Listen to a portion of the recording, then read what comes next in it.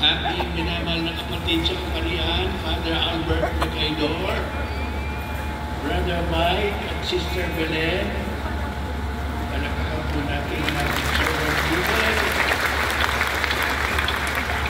Mga minamahal kong kapatid sa Panginoong El Shaddai, magandang gabi sa inyo lahat. Magandang gabi po naman. Napakaganda po ng gabing ito. Narinig ninyo ang napakagandang balita. Anong napakagandang balita? Larong-klaro ang tinuturo ng ating Panginoon na nais niya na ang lahat ng mga makasalanan ay magbalik sa Kanya. At itinuturo sa atin ng Panginoon, mas sapit ang Diyos na tanggapin muli ang mga nawawala niyang anak. Kasi yung mga anak na yon ay nasasabik na magbalik sa Kanya. Narinig ninyo kung paano nung magbalik ang makasalanang anak. Pakinggan ninyo, itong matandang ito, tumakbo. Abay, tumakbo pa. Dapat hindi natatakbo. Dapat maghihintay na lang doon sa kanyang anak. At siguro, akalain pa natin, pagkagalitan niya ang kanyang anak at sasabihan, mabutit nagbalik ka. Natuto ka na ng leksyon mo, ano?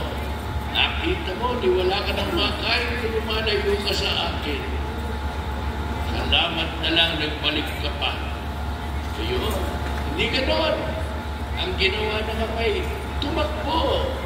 At pagkatapos tumabutan ng anak, niyakap at pinupog ng halik itong kuskusing anak na ito.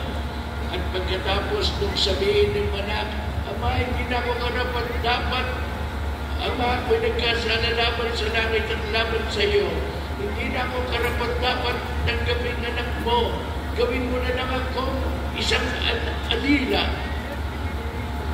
Sanip na pabayaan niyang matapos ang sinasabi ng anak, sumigaw agad ang ama sa mga utusan at sabi, kunin ninyo ang pinakamagandang damit. Kumuha kayo ng sapatos para sa kanyang mga paa. At kunin ninyo ang pinatabang kuya. Tayo'y mag-party.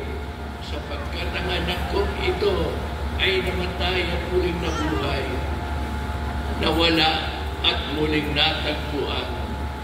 Nagparty sila bilang pagtanggap dito sa nagwalang hiyang anak, dito sa anak na lumustay ng kayamanan ng kanyang ama.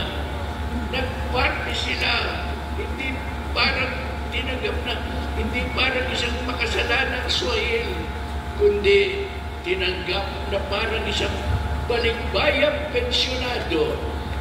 Maganda ang party. Yan ang inihahanda ng Diyos sa lahat ng mga nagbabalik sa Kanya. Sabi na nga ng Panginoong Jesucristo, mas malaki ang kaligayahan ng Diyos sa pagbabalik ng isang makasalanan kaysa sa maraming, sa 99 na hindi nangangailangan magbalik. Nako, sabik ang Diyos sa mga makasalanan. Sabik ang Diyos sa inyo.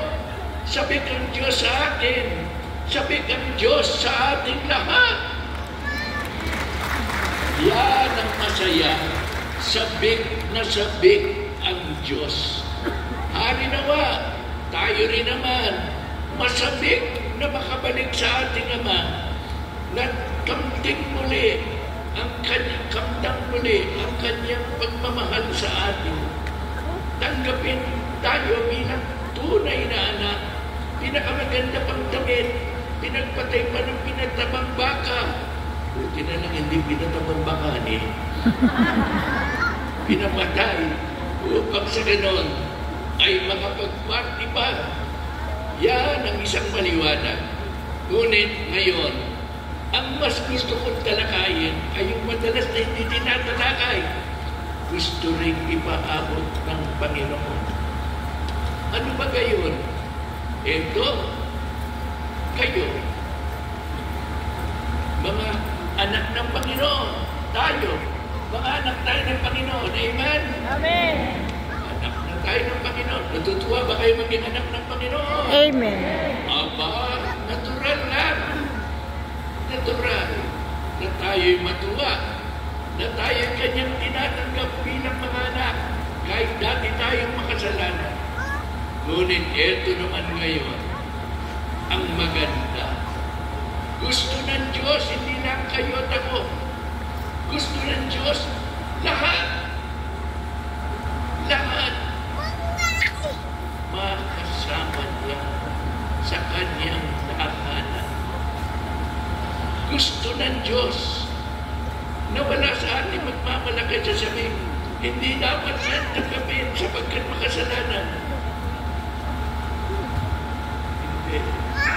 Sabi ng Diyos, makasalanan, tinatanggap ko. Ikaw ay akin. Makisama ka sa akin sa pagtanggap sa iyong kapatid. Yan po, huwag natin kalilimutan. Gaano mang kalaki ang kasalanan ng tao, gusto ng Diyos maging kanya din siya. Hindi mawala.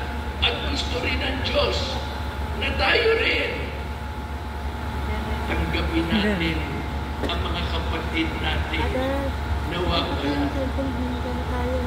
Matuwanin tayong katulad ng Ama kapag ka ang isang tao ay nagbabalik.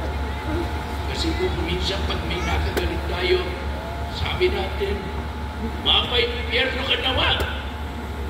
Sabi ng Panginoon, huwag mo sasabihin yan sa halip. Sabihin mo, magbalik ka nawa sa tahanan ng ating. Ama. Praise God. Ako nga po, alam niyo kung minsan, naglalaro yung isip ko. Patawarin naman ninyo, halimbawa, sa awa ng Diyos, ako'y makapasok sa langit. Naiisip-isip ko, baka unang tatanggap sa akin sa langit, nandun sa reception line, ay si Duterte. Sasabihin ko yung Duterte, oh, ba't nandito ka? Sasabihin naman niya sa akin, putang ina mo baka ano? Hindi ba yun ang itinuturo mo? Hindi ba yun ang itinuturo mo sa mga El Shaddai? Na lahat gusto ng Diyos tanggapin natin. Upang sa ganon, lahat tayo ay magkasama-sama sa tahanan ng ating Ama. Kaya po tayo, pananalangin natin ang isa't isa.